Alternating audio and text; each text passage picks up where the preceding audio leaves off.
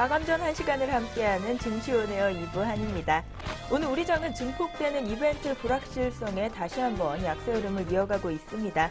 오늘도 반등 흐름을 만들기 위한 모멘텀이 부재한 가운데 마지막까지 장이 어떻게 바뀔지 다시 한번 주목해 보시면 좋을 것 같습니다. 먼저 오전장 지수 흐름과 함께 특징주까지 다시 한번 짚어보는 시간 가져보도록 하겠습니다. 증시온에어 2부 지금 출발합니다.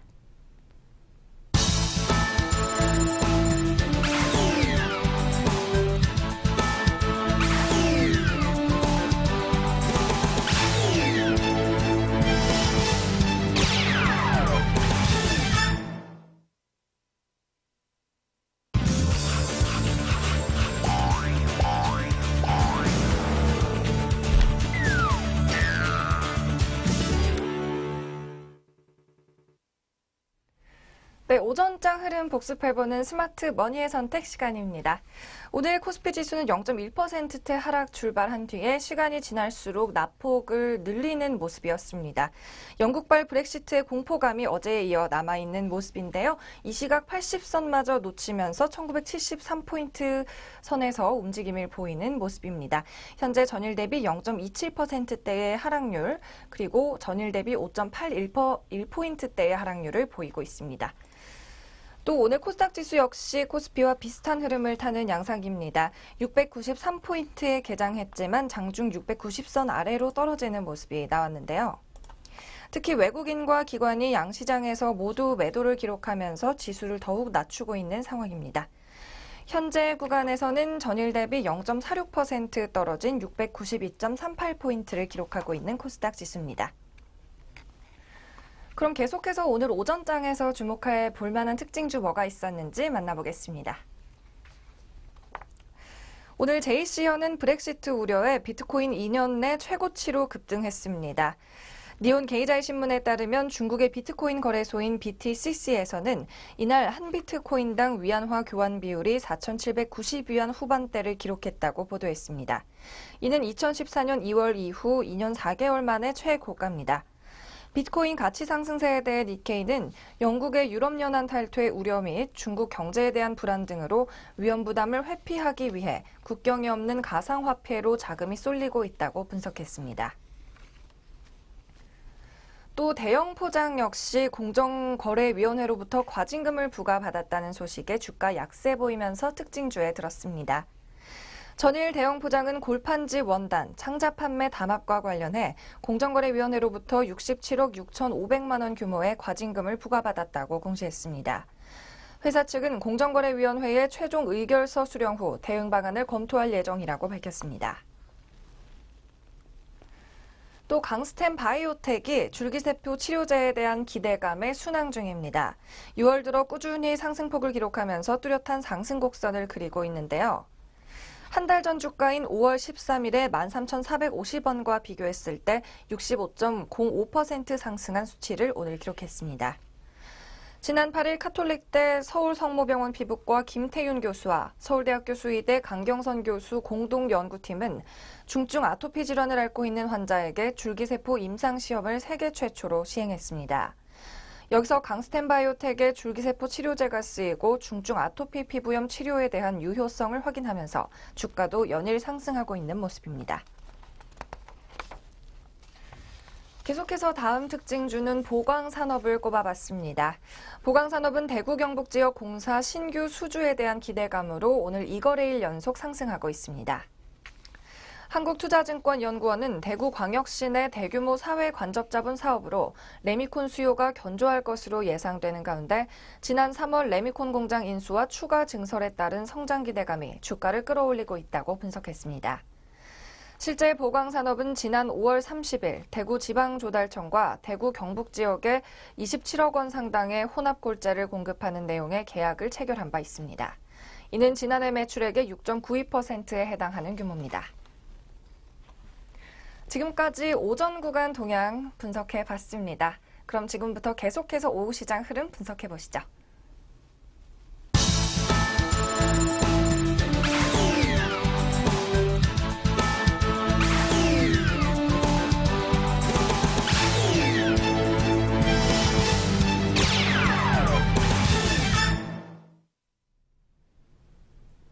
네, 6월 14일 오후 구간 시장 흐름 지금부터 본격적으로 살펴보도록 하겠습니다. 먼저 코스피 시장부터 살펴보도록 할 텐데요.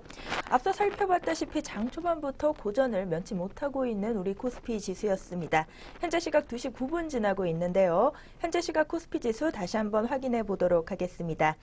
0.27% 하락한 1973.24포인트에 거래 중인 코스피 지수인데요.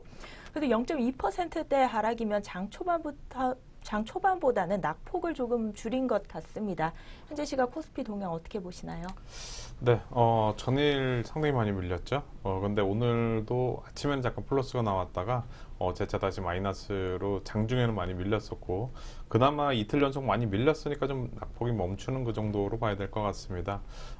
좀 이따 확인해 보겠지만 뭐 외국인 기관은 여전히 지금 매도를 하고는 있지만 오늘 크게 밀리지 않는 것은 삼성전자의 오늘 반등이 좀 큰 역할을 좀 한 것 같습니다. 종목별로는 대부분 다 크게 올라간 종목들은 없는 가운데 많이 밀렸습니다. 근데 삼성전자가 전일 하락에서 오늘은 상승으로 전환하다 보니까 시가총액 1위 종목이 돌아서다 보니까 이제 시장은 크게 밀리지 않는 그런 모습이 나오고 있고요.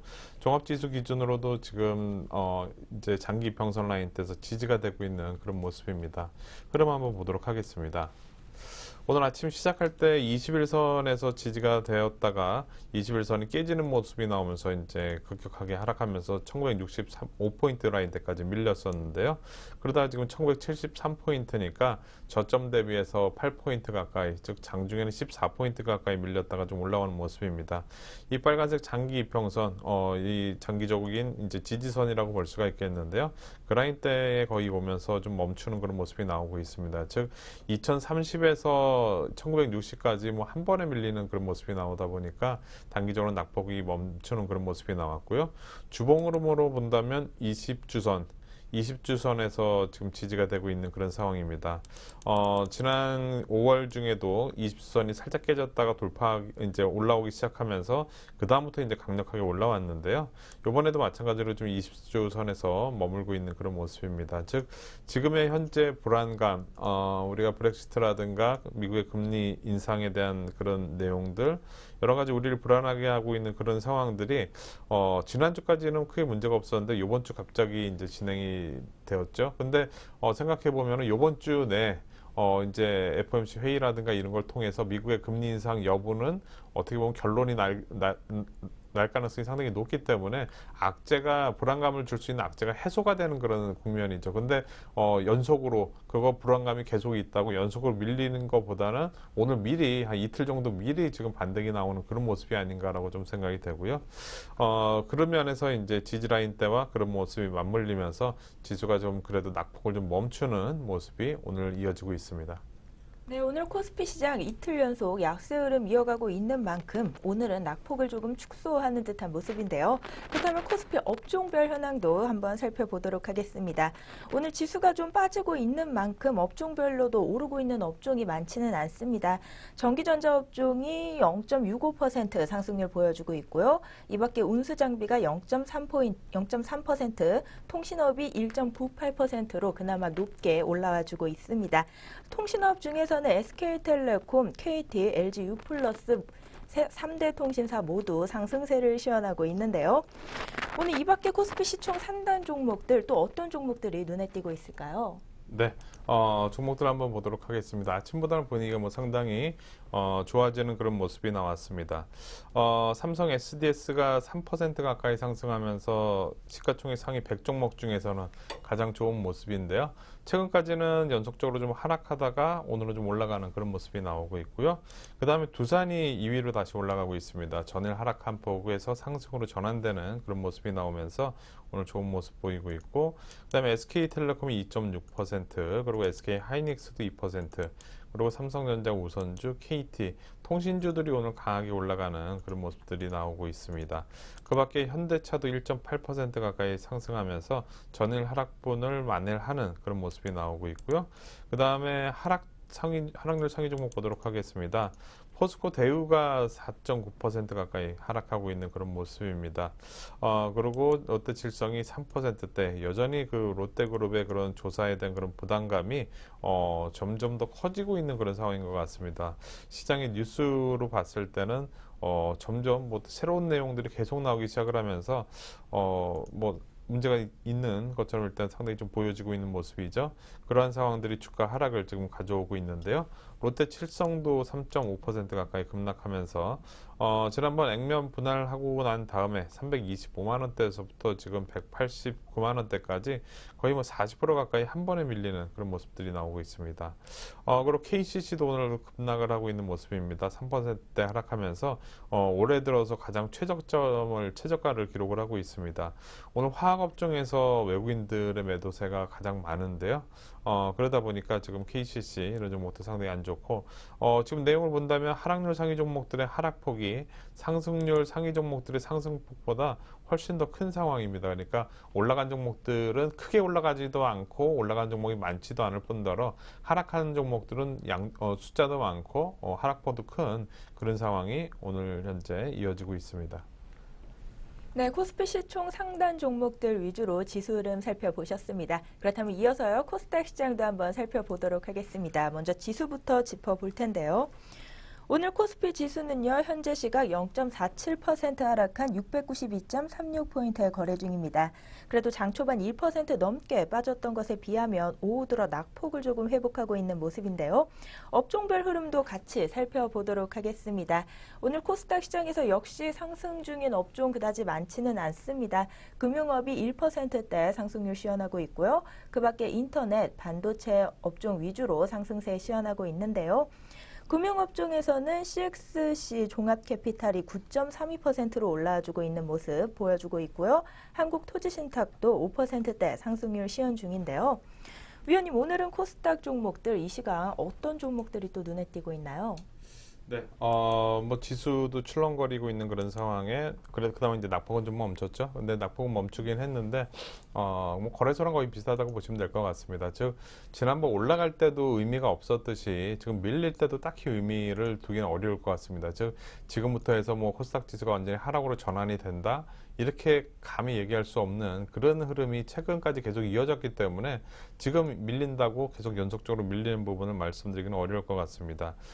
즉 이번 FOMC 회의 이후에 지수의 변동성이 커질 가능성이 높고 그 방향에 따라서 움직일 가능성이 높기 때문에 지금 밀리는 것이 계속 밀린다라고 보기 어렵다라고 먼저 전 말씀을 드렸고요. 오늘 시가총액 상위 종목들 먼저 보도록 하겠습니다. 코스닥 종목들 중에서 시가총액 상위 종목 셀트리온 마이너스 600원 기록을 하고 있습니다. 95,500원대 기록을 하고 있고요. 뭐 이런 표현하면 그렇지만 시원하게 빠지지는 않죠. 예. 최근 옆으로 10만 원대 돌파를 실패하고 나서 밀렸는데 코스닥 지수는 그 하락폭이 좀 컸는데 셀트리온 같은 경우는 크게 밀리지 않고 어느 정도 견조하게 버티는 그런 모습이 나오고 있습니다. 반면에 오늘 카카오가 플러스를 나오고는 있지만 최근에 하락폭은 상당히 컸죠. 10% 넘게 지금 밀리면서 지수 하락을 끌고 내려가는 그런 모습이 나왔고요.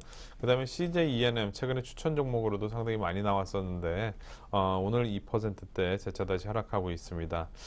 지난번 말씀드릴 때 이렇게 말씀을 드렸죠. 지난 저점 라인 대가 하나 형성이 됐고 바닥이 크게 하나 만들어졌는데 요번에 그 다음 밀릴 때 이제 61,000원대 이 라인대가 안 깨지게 되면 크게 이제 제대로 추세 시작점이 될 가능성이 높다라고 말씀드렸습니다. 즉 우리가 밀릴 때 공략해야 될 종목들 그때 말씀드렸는데 이런 종목들 충분히 저점 확인이 되는 그런 과정이 나오게 된다면 좋은 그런 대상이 될 수가 있겠죠.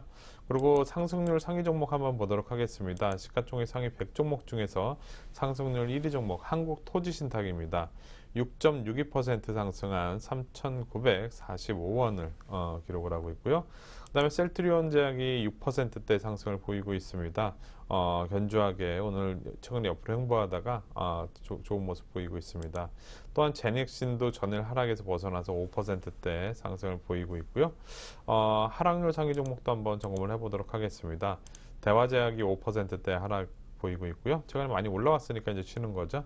인트론바이오 4%대 하락이고 그 다음에 다윈시스 그리고 제낙스죠. 3%대 하락을 보이고 있습니다. 코스닥 마찬가지로 하락률 상위 종목들이 훨씬 더 큰 폭으로 하락하고 있는 그런 상황입니다. 네, 코스닥 지수 마찬가지로 코스피 시장과 흐름을 같이 하고 있습니다. 이틀 연속 지수가 빠지면서 하방 압력이 조금은 빠진 듯한 모습인데요. 그렇다면 우리 주요 투자 주체별 수급자들은 또 어떤 모습을 보여주고 있을지 수급 흐름도 함께 짚어보도록 하겠습니다. 먼저 코스피 시장부터 살펴보도록 하겠습니다. 오늘 코스피 시장에서 외국인과 기관 여전히 동반 매도 우위 보이고 있습니다. 외국인이 1,002억 원, 기관이 1,638억 원 물량 덜어내고 있고요. 다음으로 코스닥 시장에서 역시 동반 매도 우위 눈에 띄고 있습니다. 외국인이 229억 원, 기관이 290억 원 물량 덜어내고 있는 모습입니다. 마지막으로 선물 시장 살펴보도록 하겠습니다. 외국인이 1,186계약 매도 중인 가운데 기관은 1,423계약 매수 중인 모습 보여주고 있습니다. 네, 오늘 장 초반부터 양장에서 물량 덜어내고 있는 우리 주요 수급 주체들인데요. 오늘 오후 구간 수급 흐름은 또 어떻게 분석해 볼 수 있을까요? 네, 기관들의 매도가 점점 더 커지고 있는 그런 상황인데요. 외국인들보다 더 매도가 많이 나오고 있습니다. 그만큼 전일도 제가 말씀을 드렸지만 외국인과 기관들의 방향이 한쪽 방향으로 움직일 때는 그 방향에 힘이 확 실려가지고 그 방향으로 오랫동안 지속이 되는 경우가 많이 있습니다. 전일도 보면은 외국인 기관이 동반 매도가 나오다 보니까 뭐 30포인트 이상 급락하는 모습이 나왔는데요. 오늘도 마찬가지로 아래쪽으로 이렇게 둘 다 매도를 하다 보니까 전일 많이 밀렸는데도 불구하고 오늘까지도 또 마이너스가 나오는 그런 현상이 나오고 있습니다. 즉 지금 FOMC 회의 결과에 대한 그런 이제 외국인들 반응이 상당히 궁금한데요. 그때까지는 그런 불안 심리 때문에 외국인 기관에 이렇게 매도가 이어지면서 지수를 흔들고 있는 그런 상황이 이어지고 있다라고 볼 수가 있겠고요. 그다음에 코스닥은 지금 오전에 출발할 때는 외국인 기관 둘 다 매수였었습니다. 그러면서 지수가 크게 빠지지 않았는데, 오후 들어서, 그때 이후로 바로 9시 반, 10시 정도 되면서 매도로 전환이 되면서, 외국인들 200억대, 기관들도 290억 가까이 팔면서 상당히 많은 금액을 팔다 보니까 코스닥도 반등이 쉽지 않은 그런 모습입니다. 즉 706포인트대에서부터 692포인트대까지 14포인트 가까이 최근에 밀렸는데요. 즉 2% 가까이 밀리는 모습이 나왔는데 낙폭 과대에 대한 반등이 아직까지 나오지 않는 그런 모습이고요. 그 다음에 선물에서는 지금 현재 1167계약 외국인들이 매도를 하고 있습니다. 즉 외국인들이 이제 그 방향에 대해서 지난 주말 이후로 이제 방향이 아래쪽으로 이제 바뀌어버리는 그런 상황이죠. 그러다 보니까 지수 반등이 쉽지 않은 상황이라고 볼 수가 있겠습니다. 정리를 해본다면 외국인 기관 전일 같은 경우 외국인 기관 매도한 거에 비해서는 너무 많이 빠졌다라고 이렇게 표현할 수가 있겠고, 오늘 같은 경우에는 외국인 기관이 둘 다 동반해서 파는데 상대 강도가 좋다. 즉 전일 모습하고는 좀 다른 거죠. 그런 흐름이 오늘 이어지고 있습니다. 네, 오늘도 이어지는 외국인과 기관의 동반 매도세에 지수가 계속해서 밀리고 있습니다. 그렇다면 오늘장 마무리 구간에서 어떤 대응 전략 가져가면 좋을지 이야기 들어볼 텐데요. 앞으로 다가올 대외 변수들이 이렇다 할 확실한 방향성이 잡히지 않았기 때문에 더 투자에 어려움이 있을 것 같습니다. 우리 시청자 여러분들 어떤 투자 전략 가져가시면 좋을까요? 네, 기다림이 좀 필요할 것 같습니다. 우리가 항상 살면서 가장 힘든 게 무언가를 기다리는 거, 내가 이제 어떤 타이밍을 기다리는 거, 뭐를 인내심을 갖고 기다리는 게 그 수익률에 상당히 크게 영향을 미칩니다. 주식이 막 쫓아 올라가게 되면 그걸 기다리지 못하고 쫓아 샀다가 고점에 사는 경우가 한 열이면 한 7, 8번은 되거든요. 그리고 한두 번 정도만 쫓아 샀는데 더 올라가가지고 이익 남고 팔지, 대부분 다 내가 추격해서 매수했을 때는 그 다음에 밀리는 경우가 상당히 많습니다. 그만큼 우리가 기다림이 상당히 필요한 그런 시점이라고 볼 수가 있겠는데, 아까 뭐 CJ ENM이라든가 지난번부터 말씀드렸던 뭐 이제 한번 출렁거릴 때 싸게 사는 그런 방법들, 그러니까 우리 이런 방법들을 오히려 이런 시간을 통해서 훈련하는 그런 게 필요할 것 같습니다. 즉 앞으로 있을 대외 변수 때문에 변동성이 커질 가능성이 높은데, 그거에 대한 외국인들 반응이라든가 이런 걸 보고 그 다음에 이제 대응하는 게 좀 더 낫다는 거죠. 지난번 처음 이제 1930포인트 때 밀렸다가 2030포인트까지 올라갈 때 그 과정에서 계속 제가 좀 기다리자고 말씀을 드렸는데요. 그러고 나서 너무 올라왔기 때문에 좀 부담스럽기도 하긴 했는데, 중요한 포인트는 제대로 볼 수도 있고 틀릴 수도 있긴 한데 내가 원하는 타이밍에 사느냐입니다. 그러니까 그때도 말씀드렸듯이 2번 정도의 바닥이 출렁거리면, 즉 요번에 밀릴 때 저점이 확인이 되면 주식을 한번 공략을 해봐도 되는 그런 시점이 요번 FOMC 이후, 그리고 이제 다음 주까지 해서 브렉시트 관련된 내용이 어떻게 진행되냐에 따라서 기회가 한번 올 것 같고요. 당장은 지금 그때를 위한 매매야 단기적으로 조금만 가지고 이렇게 대응하시는 게 나을 것 같고, 큰 그림상에서 주식 비중을 늘린다든가 이런 거는 좀 더 기다렸다 판단하시는 게 좋을 것 같습니다. 네, 기다림이 필요한 시기인 것 같습니다. 글로벌 이벤트 확인해 보시고요. 그 이후에 외국인의 동향까지 확인해 보신 다음에 매수 타이밍 잡아보시면 좋을 것 같고요. 오늘 오후 구간 시장 흐름과 그에 따른 전략까지 알아봤습니다. 이어서 오늘의 공시 뉴스 있는 종목들 가지고 돌아오도록 하겠습니다.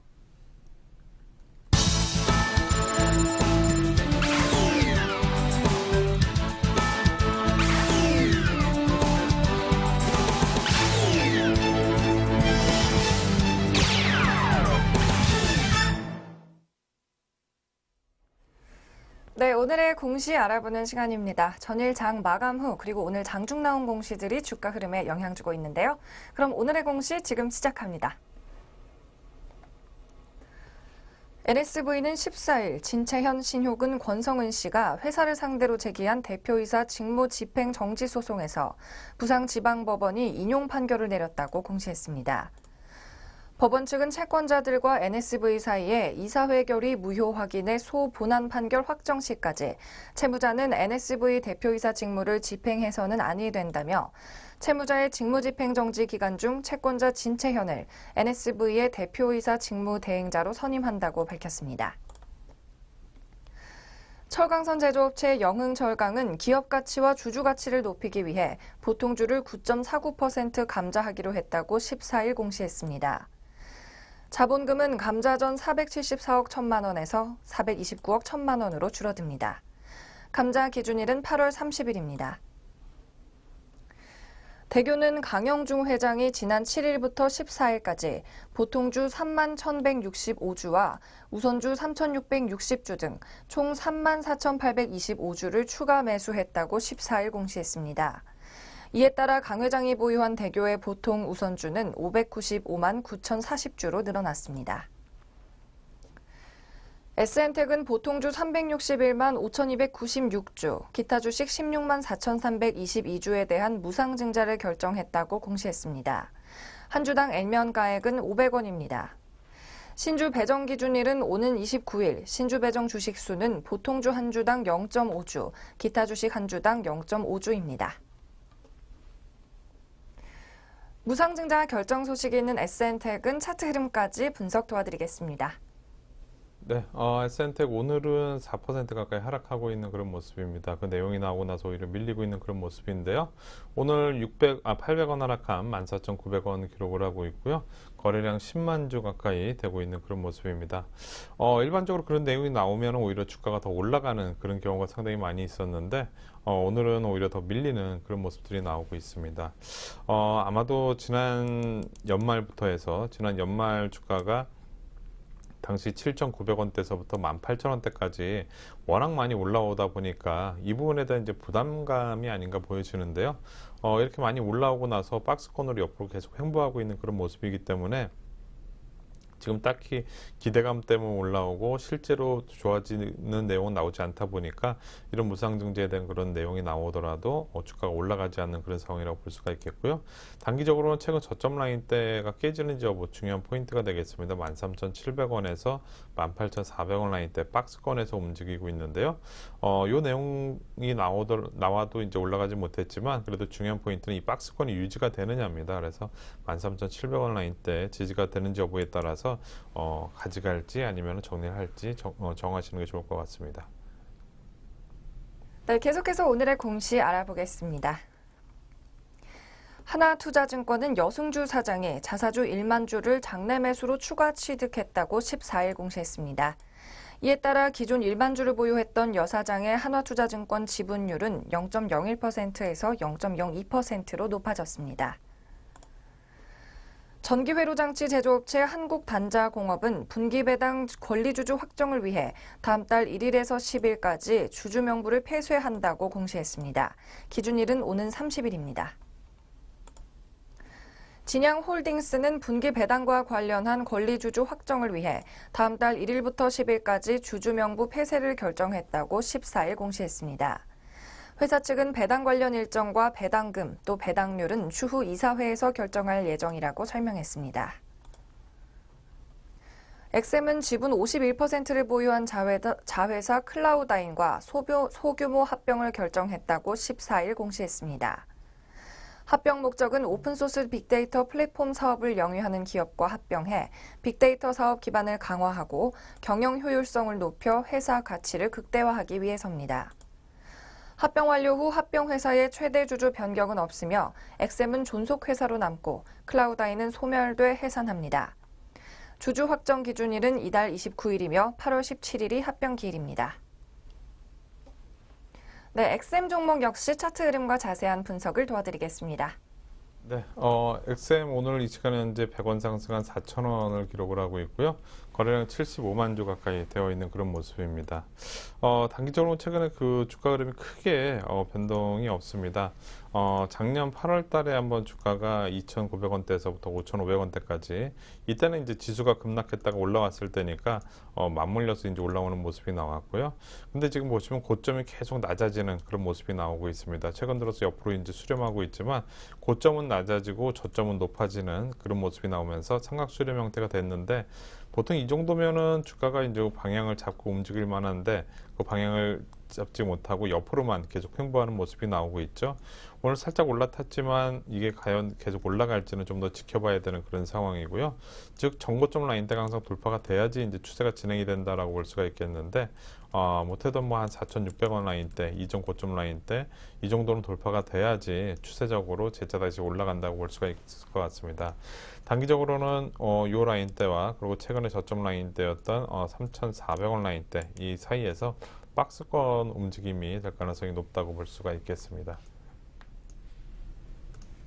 까지 공시 있는 종목들 살펴보셨습니다.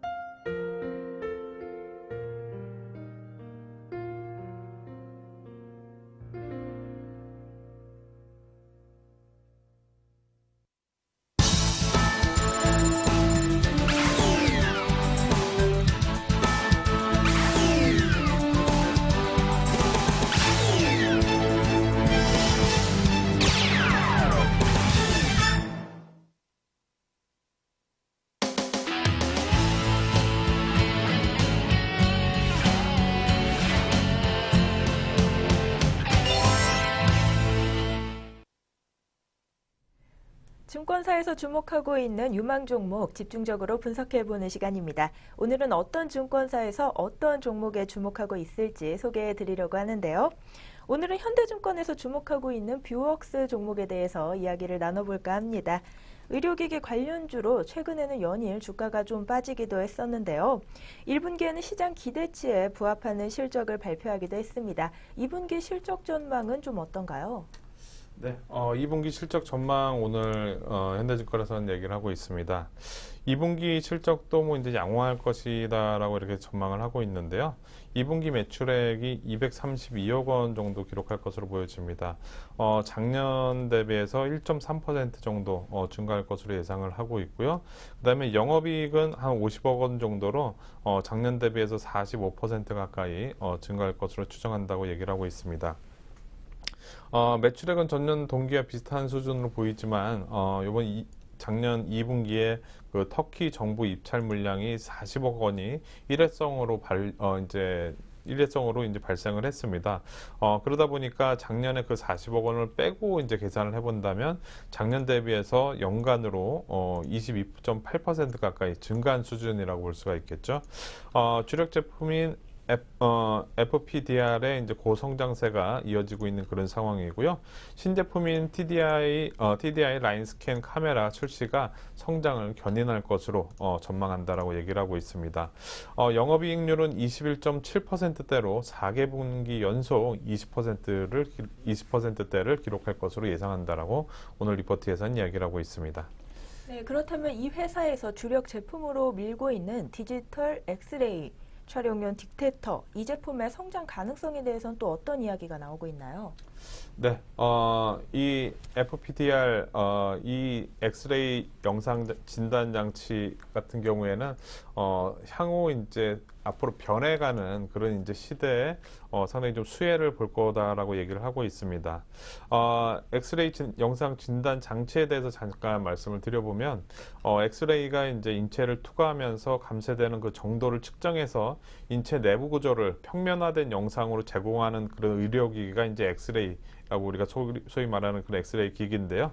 비교적 저렴한 가격으로 이제 높은 해상도의 영상을 얻을 수가 있어서 우리가 뭐 흉부 촬영이라든가 뭐 정형외과, 일반외과, 수술 그리고 치료, 경과, 확인 등 다양한 의료 진단 분야에 이제 사용이 되고 있습니다. 엑스레이 영상 진단 장치는 크게 발생 장치와 그리고 디렉터로 구분이 되어 있는데요. 이 중에 디렉터는 이제 피사체를 통과한 그런 엑스레이를 감지를 해서 사람이 볼 수 있도록 그런 변환하는 그런 장치라고 볼 수가 있겠는데, 엑스레이의 그런 검출 방식에 따라서 아날로그하고 이제 디지털로 이제 분류가 됩니다. 아날로그는 우리가 기존에 받았던 이제 그거를 엑스레이를 받아서 필름에다가 이렇게 나오는 게 이제 우리가 기존에 받았던 이제 엑스레이고요.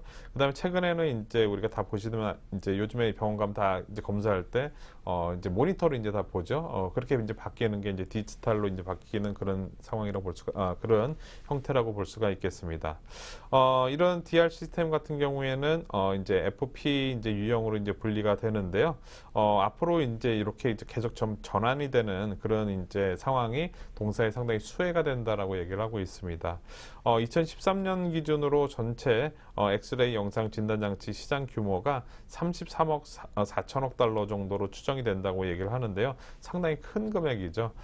그러다 보니까 엑스레이 디지털 기술의 발전으로 인해서 아날로그 시스템의 수요가 감소하고, 그리고 이제 디지털 엑스레이 영상 진단 장치 시장이 빠르게 이제 성장할 것으로 이제 전망이 된다라고 얘기를 하고 있습니다. 특히 이제 미국의 리트로핏 시장의 교체 수요 증가로 인해서 이런 이제 엑스레이 영상 장치의 디지털 영상 장치의 높은 성장세가 지속이 될 것이라고 얘기를 하고 있고요. 미국의 통합 세출 법안 2016년에 의해 메디케어가 2017년부터 아날로그 엑스레이에 대한 보험 급여를 2018년부터는 이제 보험 급여를 줄일 예정이라고 얘기를 하고 있습니다. 즉 엑스레이 시스템을 디지털로 전환하기 위한 그런 이제 단계라고 볼 수가 있겠는데, 이 부분에 대한 그런 이제 비역수가 이제 수혜가 될 가능성이 높다라고 오늘 리포트에서는 얘기하고 있습니다. 네, 디지털 엑스레이 영상 진단 장치의 수요가 확대될 것으로 기대가 되면서요. 동사의 수혜 역시 부각되고 있는 것 같은데요. 그렇다면 주력 제품 말고 또 성장 모멘텀으로 작용할 만한 제품에는 어떤 이야기가 나오고 있나요? 네, 신제품 라인 스캔 형태의 이제 TDI, 즉 타임 딜레이드 인테그레이션 카메라인데요. 이 부분에 대한 이제 수혜가 이제 앞으로 이제 성장 모멘텀이 될 것이다라고 얘기를 하고 있습니다. TDI 시장은 기존에 이제 다른 회사들이 이제 독점을 하고 있는 그런 상황이었었는데, 이 뷰역스가 이제 신제품을 내오면서 기존 제품 대비해서 이제 이미징 프로세싱 성능이 상당히 좋아진 그런 상황이고요. 그다음에 보유 카메라의 최대 화소에서 우위에 있다라고 얘기를 하고 있습니다. 그리고 이제 광 민감도도 이제 상당히 높아서 적은 광량에서도 선명한 영상을 얻을 수 있다라고 얘기를 하고 있습니다. 그러다 보니까 이제 이런 부분이 이제 상당히 동사에 앞으로 매출에 이제 영향을 미칠 가능성이 높고, 지난 2월에 이제 출시가 돼가지고 이제 4월부터 매출이 발생하고 있는데요. 3분기부터는 본격적으로 매출이 기대가 된다라고 얘기를 하고 있습니다. 올해 약 100억 원의 매출이 예상이 되고, 높은 ASP, 즉 이제 이익이 이제 많이 남는 거죠. 그러다 보니까 매출 비중 상승 시 이익률 개선이 가능하다라고 전해지고 있습니다. 네, 신제품에 대한 수혜 역시 기대가 되고 있는 종목입니다. 현대증권에서 주목하고 있는 뷰웍스 종목에 대해 알아봤는데요. 저희는 잠시 후 산업 및 업종 이슈로 돌아오도록 하겠습니다.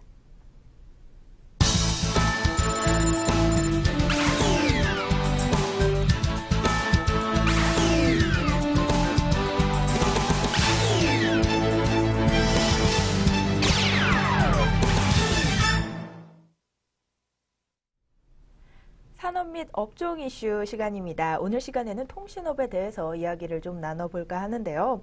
단톡법 시행 이후에 나란히 약세를 보였던 통신 관련 주들입니다. 벌써 단톡법이 시행된 지도 2년 가까이 흘렀는데요.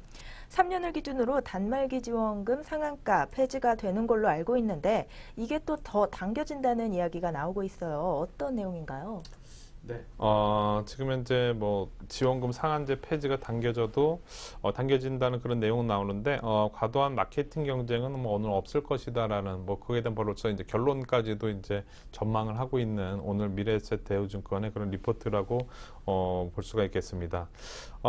지금 2014년도 10월달 단통법을 도입을 하면서 지원금 상한제를 3년 일몰 조항으로 도입을 했습니다. 그래서 당시 25만 원에서 35만 원 범위에서 정부가 6개월마다 보조금의 이제 상한을 정하면서 15개월 이내 단말기는 그 이상의 보조금을 지급하지 못하는 그런 게 이제 단통법이라고 볼 수가 있겠는데요.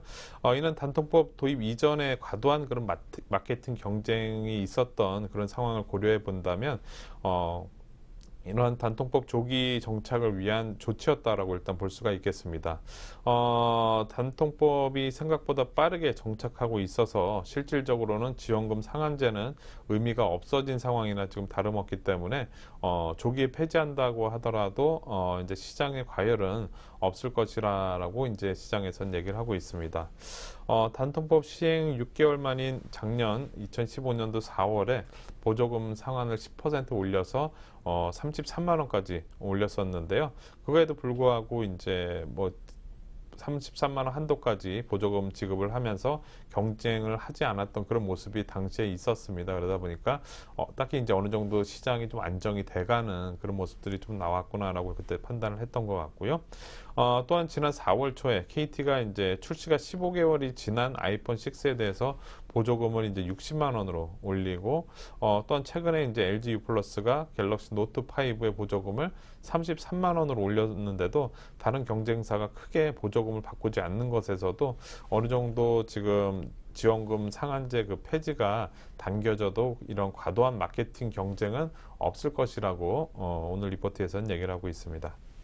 네, 그런데 단톡법이 시행된 목적이 통신사들의 과도한 경쟁 때문이었는데요. 그렇다면 지원금 상한제 폐지 이후 그 전처럼 다시 경쟁에 과열될 일은 없다고 리포트에선 말하고 있는데 어떤 내용이 이런 것들을 뒷받침해주고 있나요? 네, 이런 차별 금지와 의무 공시만 좀 유지가 된다면 과도한 경쟁이 발생할 가능성은 낮다라고 오늘 전망을 하고 있는데요.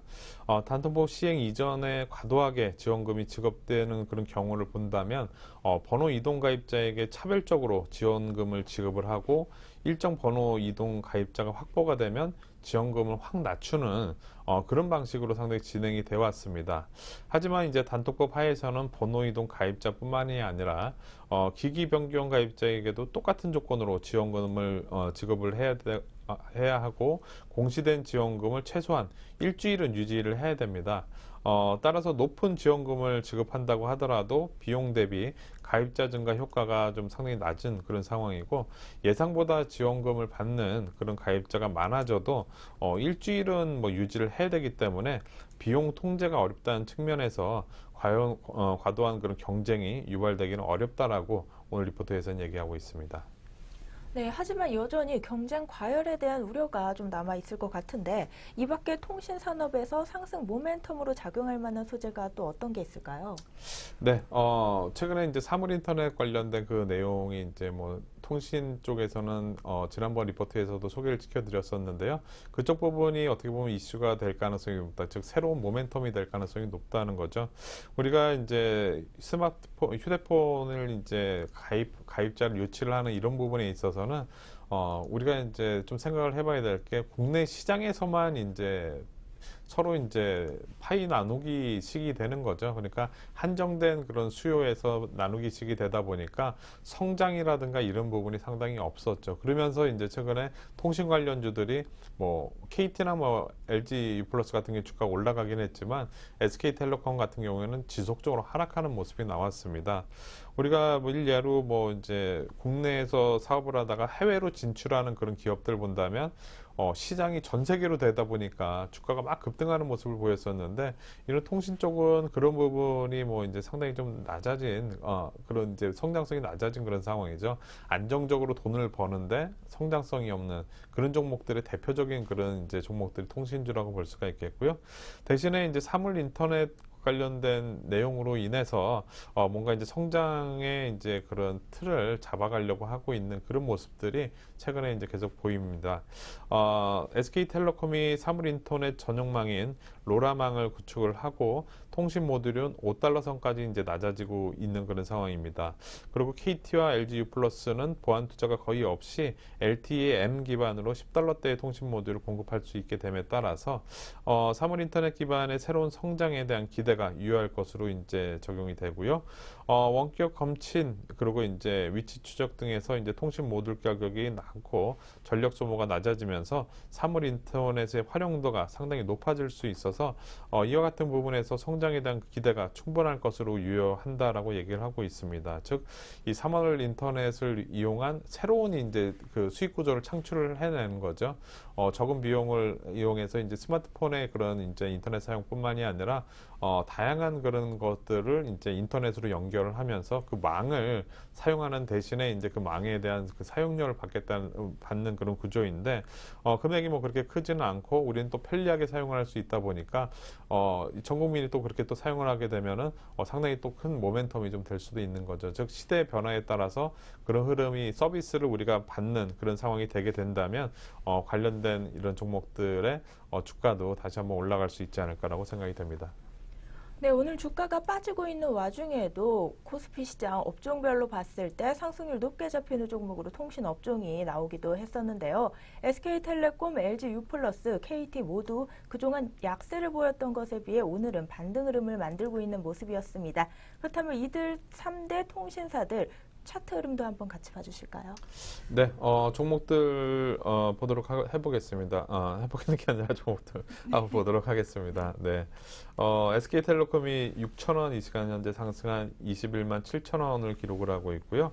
어떻게 보면 과거에 뭐 011 뭐 가장 이제 대표적인 그런 이제 이동통신 사업자 중에 가장 큰 데였는데 점유율을 뺏기고 있는 거나 마찬가지죠. 그러다 보니까 이제 최근 들어서 뭐 계속 좀 하락하는 그런 모습들이 나오고 있고 주가 반등도 주가가 안정성은 있지만, 즉 안정적으로 돈을 벌고는 있지만 모멘텀이 없다 보니까 이렇게 계속 하락하는 그런 모습이 이어진 게 아닌가 생각이 되고요.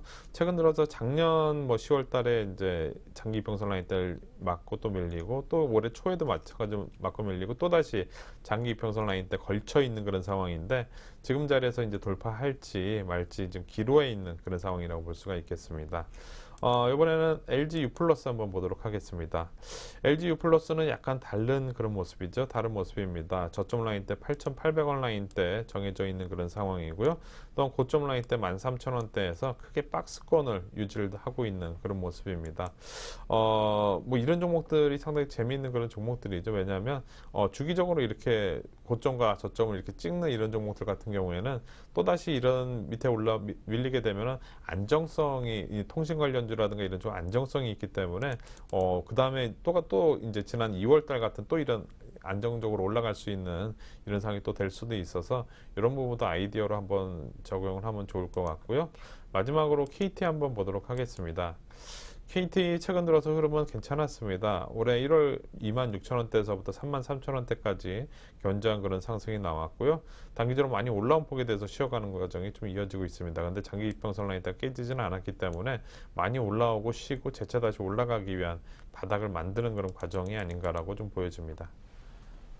네, 오늘 산업 및 업종 이슈 시간에는 통신업에 대해서 이야기를 나눠봤습니다. 그러면 잠시 아시아 증시도 짚고 넘어가 보도록 할 텐데요. 오늘 아시아 증시 역시 약세 흐름이 이어지고 있습니다.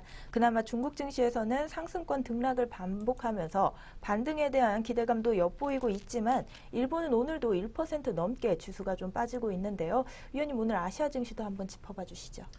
네, 일본이 상당히 좀 안 좋은 것 같습니다. 오늘도 지금 1% 넘게 빠지면서 15,842.83포인트 이 시간 현재 기록되고 있는데요. 흐름 한번 보도록 하겠습니다. 지금 현재 보시면 다른 국가들에 비해서는 상당히 좀 안 좋죠. 지금 이틀 연속 강하게 장대 음봉으로 지금 밀리고 있습니다. 일본이 이렇게 약세로 돌아선다는 것은 돈을 많이 풀었는데도 불구하고 그거에 대한 효과가 없을 뿐더러 지금 이제 브렉시트에 대한 그런 우려감 때문에 안전자산 선호 현상에 대한 그런 심리가 높아지면서 엔화가 오히려 돈을 풀었는데도 강세를 보이고 있다는 거죠. 그러다 보니까 그거에 대한 그런 우려감이 작용을 하면서 상당히 강력하게 밀리고 있는 그런 모습들이 나오고 있습니다. 마치 유럽 시장이 오늘 새벽 마감돼 유럽 시장하고 상당히 비슷한데요. 프랑스 증시를 잠깐 한번 본다면 프랑스 증시도 마찬가지로 4일 연속 지금 가파르게 밀렸습니다. 오늘 새벽에도 1.85% 가까이 밀리는 모습이 나왔는데 그만큼 이렇게 가파르게 밀리는 모습들, 국내 시장 빠지는 것보다 훨씬 더 가파른 그런 흐름이 일본 시장과 유럽 시장에서 오늘 나타나고 있다라고 이렇게 볼 수가 있겠고, 대신에 이제 중국 시장이 전일 3% 넘게 급락하는 모습이 나왔는데 오늘은 뭐 소폭 반등이 나오고 있습니다. 워낙 중국은 약간 그 전체적인 글로벌 시장하고는 좀 반대로 움직이거나 자기 마음대로 움직이는 그런 모습이 좀 있어서 오늘 그냥 이제 소폭의 그냥 단기 낙폭 과대에 대한 반등이 좀 이어지고 있는 것 같고요. 마지막으로 홍콩 항생지수도 잠깐 보도록 하겠습니다. 마찬가지로 이틀 연속 급락하는 모습이 나왔었는데 오늘은 낙폭이 좀 줄어드는 그런 모습입니다. 0.06% 하락한 2499.93포인트로 오늘 움직이고 있습니다. 네, 이렇게 아시아 증시까지 짚어봤습니다. 저희는 잠시 후 동시효과로 돌아오겠습니다.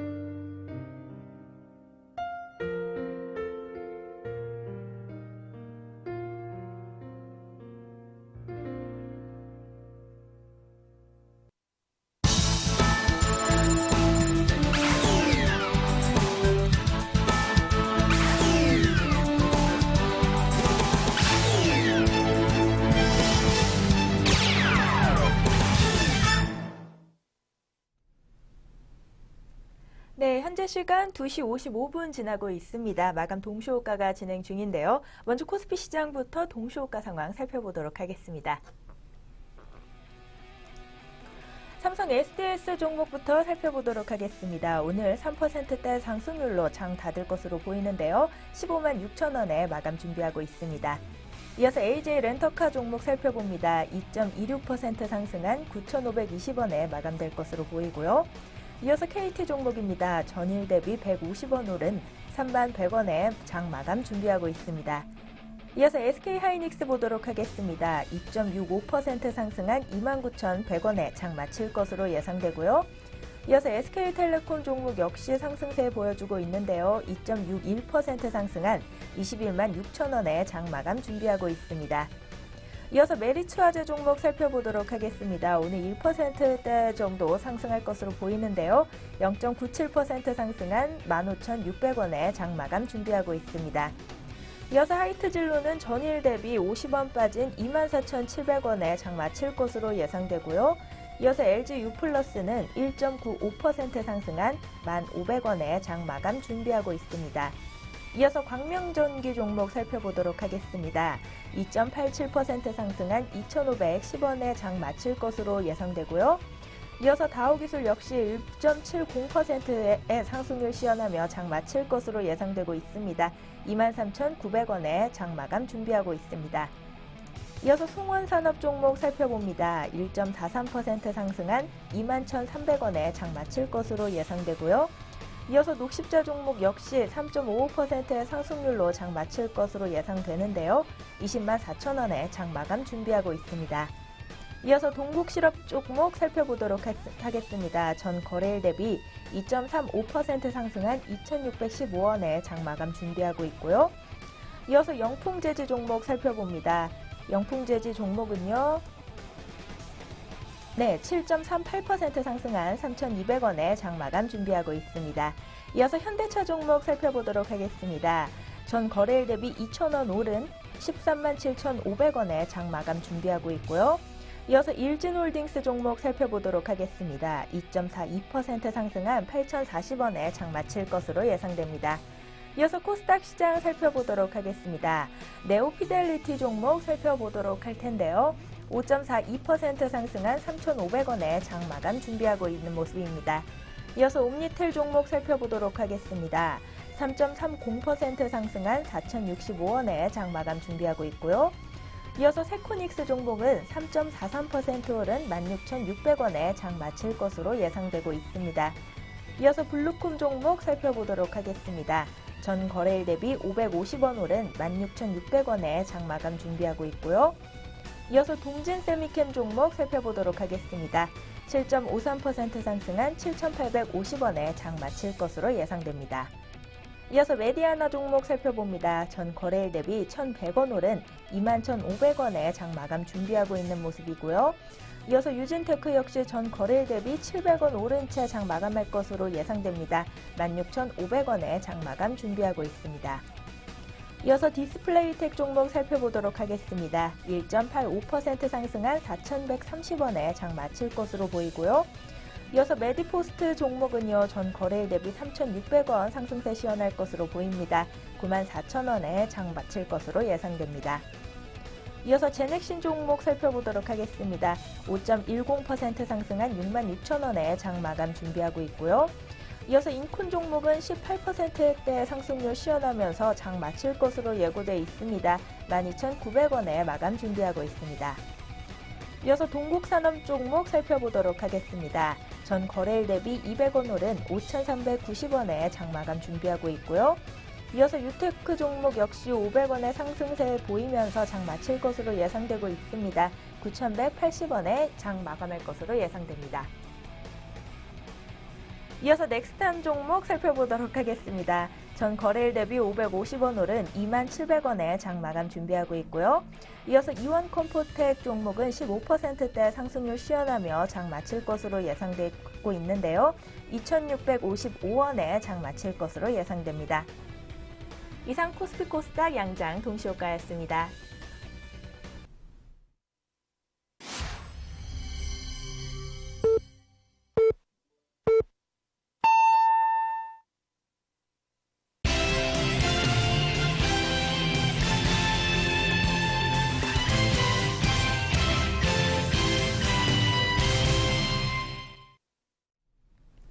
6월 14일 국내 주식시장 문 닫았습니다. 오늘 국내 증시 어떻게 마감됐는지 잠시 후에 자세히 이야기 나눠보도록 하고요. 오늘 산업 및 업종 이슈에서는 통신업과 관련된 이야기를 좀 나눠봤습니다. 오늘 이틀 연속으로 지수가 빠지고 있는 상황에서도 공교롭게도 3대 통신사 모두 상승세를 시현했는데요. 특히 KT에서 오늘 전해진 소식 중에 국가재난안전통신망의 시범 사업이 이제 최종 점검을 앞두고 있다고 합니다. 이에 따라 오늘 장중 KT의 협력사들 모두 동반 강세를 보이는 모습이 포착됐었는데요. 내용을 좀 살펴보면요. KT는 세계 최초로 공공안전 LTE 기술을 적용한 재난안전통신망 구축 제1사업을 지난해 10월부터 시범 운행해왔다고 합니다. 이 재난안전통신망은요, 세월호 참사를 계기로 추진하게 됐다고 하는데요. 재난 관련 기관인 단일 지휘 명령과 통합 대응 체계를 갖출 수 있도록 추진한 사업이라고 합니다. 오는 16일에 시범 사업이 종료되고요. 이후 보완을 거쳐 10월쯤에는 본 사업에 착수할 예정이라고 하는데요. 성공적인 사업 안착으로 우리나라에서는 물론 세계 곳곳에서 많은 재난 피해를 줄일 수 있는 사업으로 발전했으면 좋겠네요.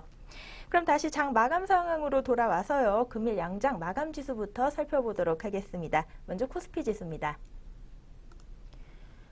오늘 코스피 마감 지수입니다. 0.36% 빠진 1972.01포인트에 장 마쳤는데요. 오늘 코스피 마감 동향 어떻게 볼 수 있을까요?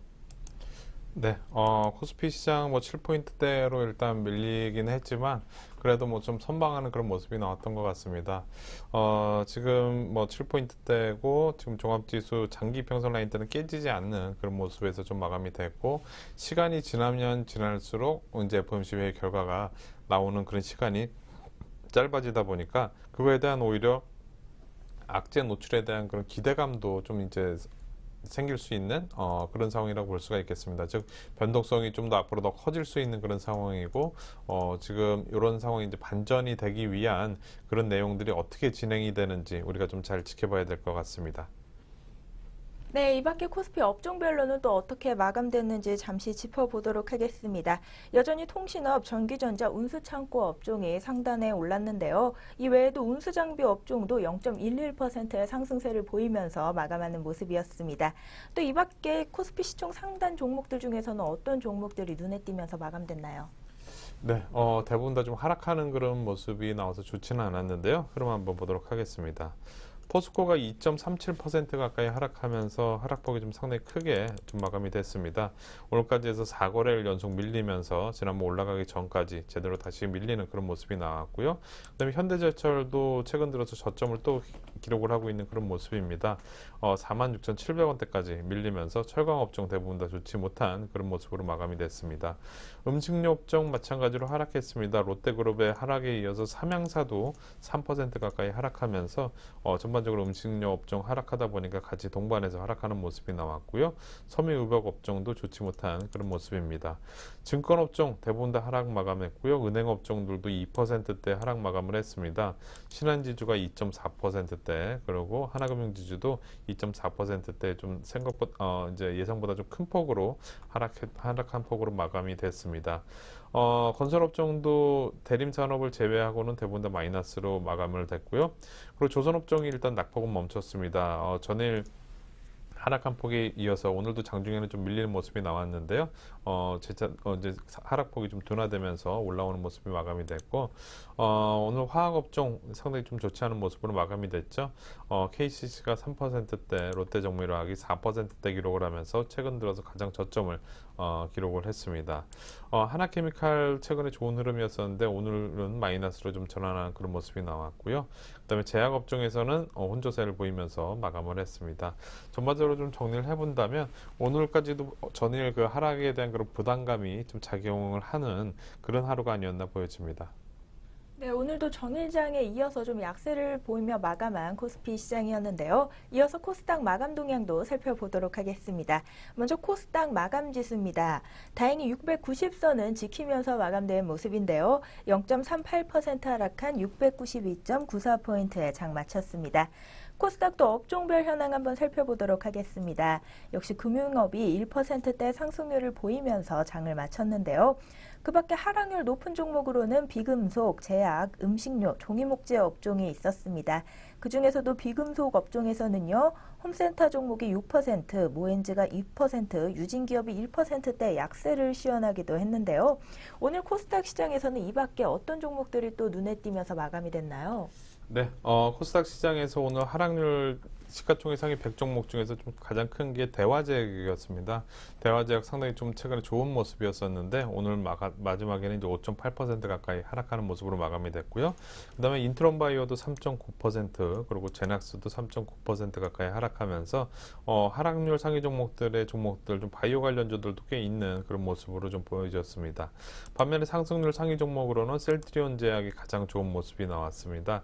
그리고 한국토지신탁이 5.9%대 오늘 장중에는 최고가도 기록을 했었죠. 4.35원까지 올라왔었고 그 다음에 제넥신이 5% 가까이 올라오면서 전일 하락폭을 만회하는 그런 모습이 나왔습니다. 상승하는 종목들이 좀 더 점점 늘어나다 보니까 코스닥 지수도 하락폭이 좀 줄어드는 그런 모습으로 마감이 됐습니다. 네, 끝으로 양시장 투자주 체별 마감 수급 상황도 함께 살펴보도록 하겠습니다. 먼저 코스피 시장부터 살펴볼 텐데요. 여전히 동반 매도 우위를 보인 채 마감된 모습입니다. 코스피 시장에서 외국인이 1,049억 원, 기관이 1,796억 원 물량 매도하면서 장 마쳤고요. 코스닥 시장에서 역시 외국인이 237억 원, 기관이 268억 원 물량 덜어내면서 장 마쳤습니다. 선물시장에서는요. 외국인이 1673계약 매도했고요. 기관이 1783계약에 매수세 보이면서 마감이 됐는데요. 오늘 마감 수급 상황은 또 어떻게 분석해 볼 수 있을까요? 네.